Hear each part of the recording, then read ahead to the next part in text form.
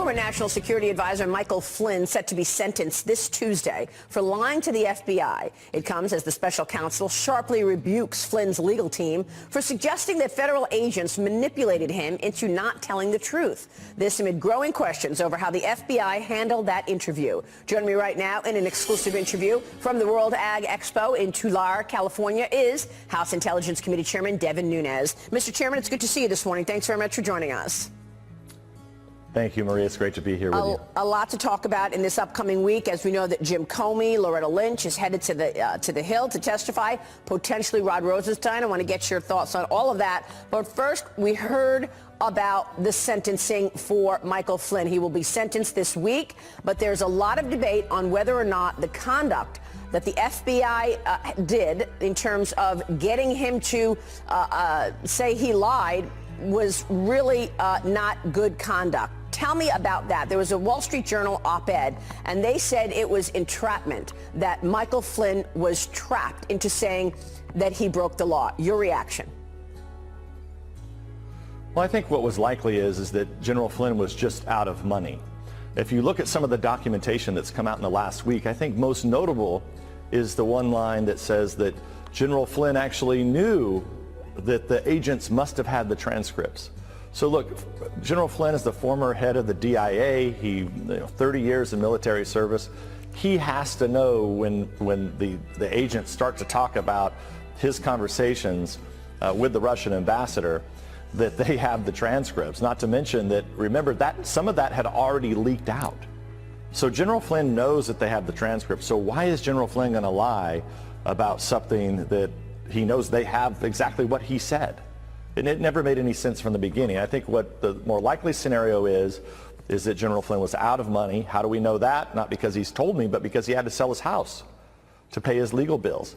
And then what you've seen is, even though it's been a year basically since he said, look, fine, I lied to you guys, you can bust me on this, knowing that he's not going to get any jail time, Mueller then comes out, says, oh, we're not going to give this guy any jail time.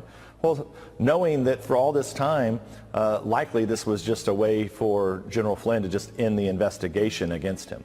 Because other people were speculating that maybe he was worried that they would throw the book at his son, that basically they put him in a corner and coerced him into saying things like, I lied and broke the law. That's the way the Wall Street Journal writes it. The Journal editorial put out an article last week titled The Flynn Entrapment. And it reads in part this: not a rich man after decades in uniform, Mr. Flynn pleaded guilty to avoid bankruptcy and spare his son from becoming a legal target. Mr. Flynn's filing does not take issue with the description of his offense, but the additional facts the Flynn defense team flags for the court raises doubts about FBI conduct. You've been investigating the FBI and the Department of Justice this entire year. What's your reaction to their conduct? Well, one of the things is that we were actually never able to interview the second FBI agent that was there in the interview. We have Chuck Grassley, Senator Grassley, and his team have been asking to get the original FBI reports that came out of that Flynn interview. So there's so much that's out there that we need to know still, that I am really hopeful that the judge didn't just receive this interview with Peter Strzok that you saw that he got on Friday afternoon. I really do hope that he actually got all the memorandums, all the memos, everything that was written after that, because it was clear from all of our investigation that we have done that that the FBI agents who had interviewed Flynn did not think that General Flynn was lying, and then it doesn't pass a simple straight face test that General Flynn would lie when he knows that they have the transcripts of his conversation with the Russian ambassador. Yeah, I want to get back to that, because it appears that Robert Mueller scrubbed the phones, and we don't know what other texts are out there. But Jim Comey suggested that he took advantage of what he perceived as a disorganized administration. And he basically said the way we questioned Flynn was different than anything in the past. Watch this most recent interview. This is back on December 9th at the 92nd Street Y with James Comey. Watch.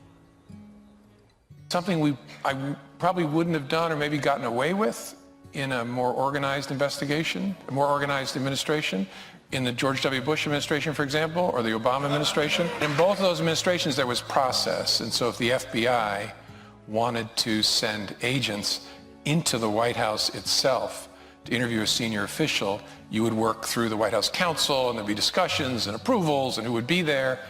And I thought, it's early enough, let's just send a couple guys over. So he basically admits that this whole thing was planned, premeditated, to just send agents in and hope that he doesn't have any lawyers around him. It's frightening, Maria, that the head of the FBI, who is on a 10-year appointment, the reason that we have 10-year appointments is so that there is some continuity of government. So the job of the bureaucracy is to support no matter who the people decide wins the election. So whether it's a Republican or a Democrat, the bureaucracy there in Washington, in the swamp, should be there to support the administration, not take advantage of the administration. And that's why you hear this, called the swamp there in Washington, D.C. It's for exactly cases like this, where you have the FBI director who is on a 10-year term who decides he's going to take advantage of a disorganized transition going into Washington, as he put it. And that is, I think, above all else, that's alarming that anybody in the federal bureaucracy would think that way. And I think that's why you're seeing so many Americans disillusioned with Washington. And in fact, I don't think Donald Trump has done everything he can do to try to drain the swamp, as he calls it. I don't think any of that's going to happen until you start to get some of these agencies out of Washington, D.C. When you have 90% of the populace in Washington, D.C. and 90% of the workforce who vote extreme left and vote for Democrats, you have an unsustainable system. And so I think it would be helpful to get, the EPA, the Department of Interior, some of these agencies out to maybe where the rest of America lives, and they might be a little closer to the people. So you just mentioned the so-called 302s, the reports that you've been asking for a year from the FBI and the DOJ. More reports, so-called 302s, were released on Friday, and the president tweeted about it. I want to show you what the president said over the weekend and this morning about these reports, and then get your reaction to what you've seen and what is still missing. So the president tweeted this: so where are all of the missing text messages between fired FBI agents Peter Strzok and the lovely Lisa Page, his lover? Just reported that they have been erased and wiped clean. What an outrage as the totally compromised and conflicted witch hunt moves ever so slowly forward. Want them. What happened here, Congressman? My guess is that the Mueller team, they had to get rid of Page and Strzok because the IG discovered that they were biased against the White House and the people that they were investigating. And so I think it was a simple matter of what we've seen DOJ and FBI do in numerous cases here, is that they quickly moved to hide the ball and cover up their tracks, hoping that no one would actually catch them in this. And the fact that you have two biased agents and you would erase any of their phones, what should have immediately happened is those phones, any dedicated public servant would have said, look, I'm not going to obstruct any investigation. These employees did wrong. Those phones should have been turned over immediately to the IG so the IG could conduct an investigation. Since they did not do that, you have to wonder, these are sophisticated operators, some of the best operators that we have in all of government that have worked at DOJ and FBI for a long time. The fact that they wouldn't turn these over is just another alarming fact and a disturbing set of facts that continues in this whole fiasco. It's just extraordinary, which is why then the Wall Street Journal came out with another op-ed titled "Checking Robert Mueller."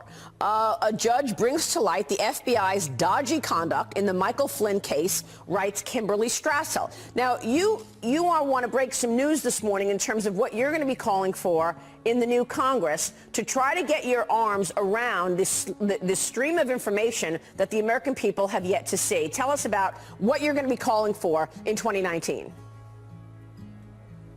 Well, thank you, Maria. And as you know, I've said this here in the last month, actually a couple of months, our investigation is essentially over. We have everything that we need.